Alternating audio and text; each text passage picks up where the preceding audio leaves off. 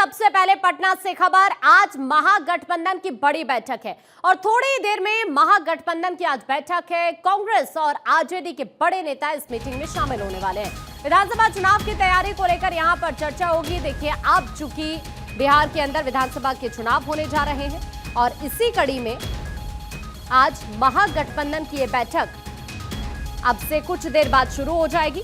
आज की मीटिंग में बहुत कुछ तय होगा और सबसे बड़ा सवाल है सीएम फेस को लेकर, जिसको देखते हुए भी यहां पर रणनीति तैयार की जाएगी। क्योंकि बिहार विधानसभा चुनाव की तैयारी को लेकर महागठबंधन के नेताओं की आज मीटिंग है और इसकी अध्यक्षता नेता प्रतिपक्ष तेजस्वी यादव करने वाले हैं। सबसे बड़ी बात यह है कि ये तीसरी बैठक होने जा रही है महागठबंधन की। उम्मीद ये जताई जा रही है कि इस मीटिंग में महागठबंधन की तरफ से सीएम फेस को लेकर भी चर्चा हो सकती है।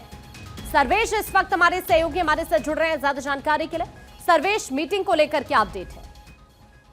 देखिए आकांक्षा, ये बैठक लगातार ये तीसरी बैठक है महागठबंधन की और इसमें तमाम जो महागठबंधन के घटक दल हैं वो इस बैठक में मौजूद रहेंगे।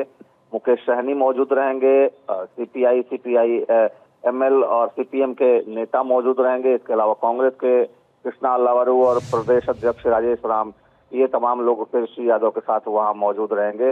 दीघा के रिसोर्ट में ये बैठक बुलाई गई है और निश्चित तौर पे आज पूरे दिन मंथन होना है कि किस तरीके से एनडीए को मात दी जाए। जिस तरीके से एक मुद्दा छीन लिया है नरेंद्र मोदी ने जातीय जनगणना की बात करके, और जब केंद्र सरकार ने यह फैसला लिया कि जातीय जनगणना कराई जाएगी तो उसके बाद से विपक्ष के हाथ से मुद्दा कहीं ना कहीं निकल चुका है।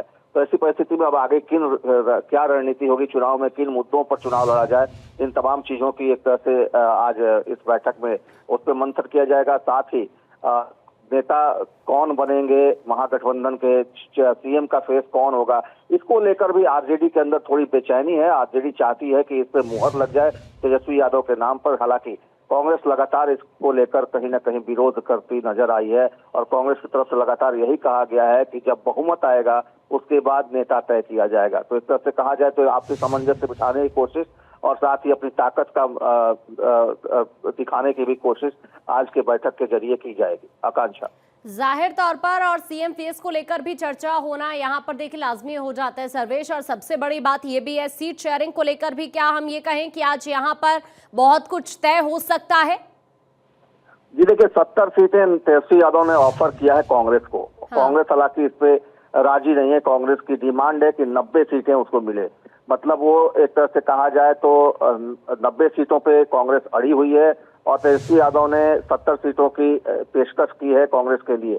तो ऐसी परिस्थिति में इन तमाम मुद्दों पर भी बातचीत होगी। इसके अलावा मुकेश सहनी अगर हैं तो उनको कैसे एकोमोडेट किया जाए, उनको कितनी सीटें दी जाएंगी, जो वाम दल है उनको कितनी सीटें दी जाएंगी। इसके अलावा अगर पशुपति पारस आते हैं तो उनको कैसे एडजस्ट किया जाए। इन तमाम मुद्दों पर तेजस्वी यादव चाहते हैं कि चीजें स्पष्ट हो जाए, बातचीत आज की बैठक में सब कुछ स्पष्ट हो जाए ताकि पशुपति पारस को भी अपने साथ जोड़ने की कोशिश तेजस्वी यादव की है और उनको भी शामिल करना चाहते हैं वो। लेकिन कांग्रेस ने अभी तक पशुपति पारस के नाम पर मुहर नहीं लगाई है और उनको महागठबंधन का हिस्सा अभी तक नहीं माना है कांग्रेस ने। तो जाहिर तौर पे अगर देखा जाए तो इन तमाम मुद्दों पर बातचीत होगी और ये माना जा रहा है कि अगर कांग्रेस नहीं मानती है तो आरजेडी अपने पाले से सीटें पशुपति पारस को दे सकती है। 2 से 3 सीटें देने की बात पशुपति पारस को भी हो रही है। लेकिन कांग्रेस अभी इस पे कांग्रेस की तरफ से जीत है। कांग्रेस इस पे अड़ी हुई है। फिलहाल वो पशुपति पारस को एकोमोडेट करना नहीं चाहती है और निश्चित तौर पे देखने वाली बात होगी, क्योंकि राजेश राम को प्रदेश अध्यक्ष इसलिए बनाया गया क्योंकि जो दलित वोट है, जो पिछड़ों का वोट है, वो कहीं ना कहीं कांग्रेस उस पे उसकी नजर है।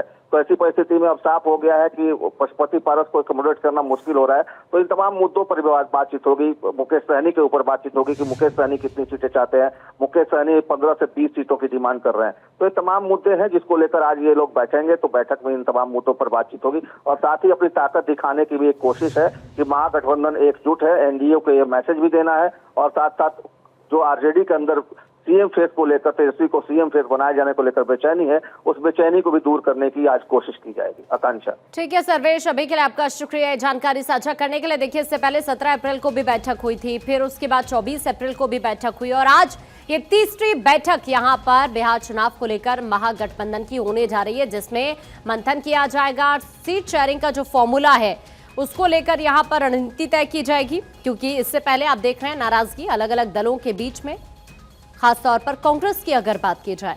दूसरी तरफ सीएम फेस को लेकर भी यहां पर मंथन हो सकता है आज, और इस लिहाज से देखी जाए तो आज की ये बैठक बहुत इंपॉर्टेंट हो जाती है। अब से कुछ देर बाद ये बैठक शुरू होने वाली है, और आपको ये भी बता दें कि यहां पर ये बताया जा रहा है कि 6 घटक दल इसमें शामिल होने जा रहे हैं आज की इस मीटिंग में।